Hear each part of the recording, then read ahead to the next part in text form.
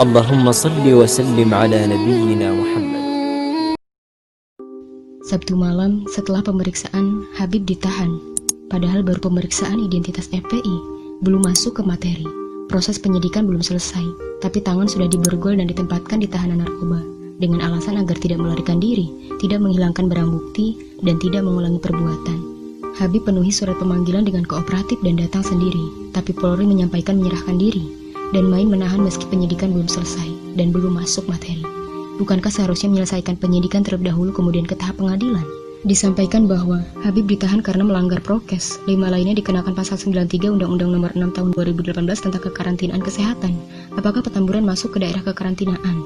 Tak cukup pasal tersebut, ternyata dilayangkan pasal baru, khusus Habib, dikenakan pasal 160 KUHP tentang penghasutan untuk melakukan kekerasan dan pasal 216 KUHP tentang menghalang-halangi ketentuan undang-undang.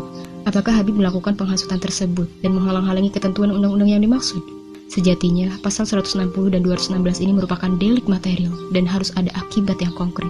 Di sisi lain, pasca penembakan terhadap 6 anggota FPI masih sepi, tempat penembakan tak menyisakan jejak sama sekali. Tak ada garis polisi, semua bersih seolah tak terjadi.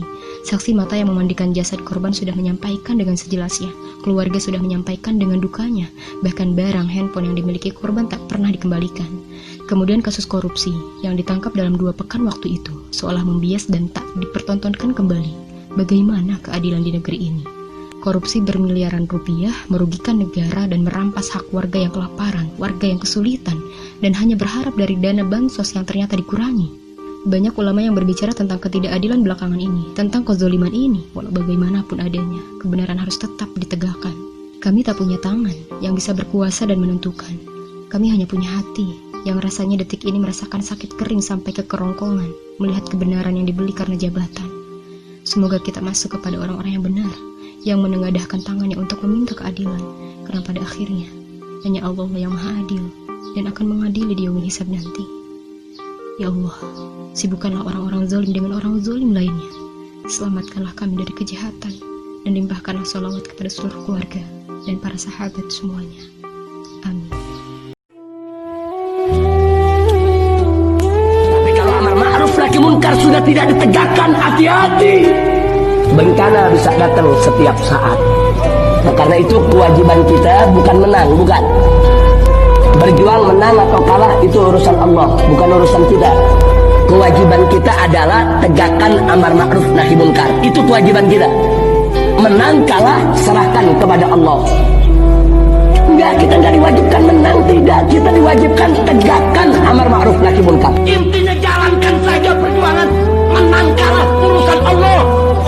Jika kamu sekalian menolong Allah, membela Allah, memenangkan agama Allah, yang hukum niscaya Allah pasti memenangkan kamu sekalian.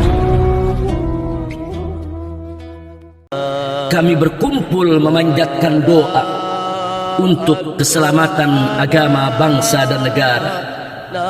Ya Allah, malam ini kami mengadu dan berkeluh kesah tentang nasib agama, bangsa dan negara. Di negeri kami, Indonesia tercinta, kezaliman dan ketidakadilan merajalela.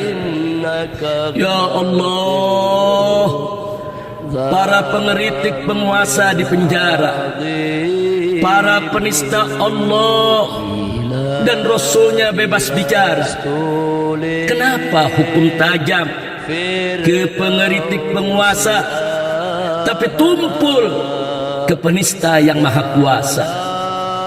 Saat ditanya kepada rezim penguasa, kenapa ini dipenjara dan itu tak diperiksa, mereka enteng menjawab, suka-suka kita.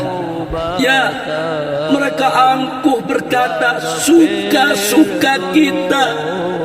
Astagfirullah, astagfirullah, astagfirullahaladzim, wa natubu ilaih.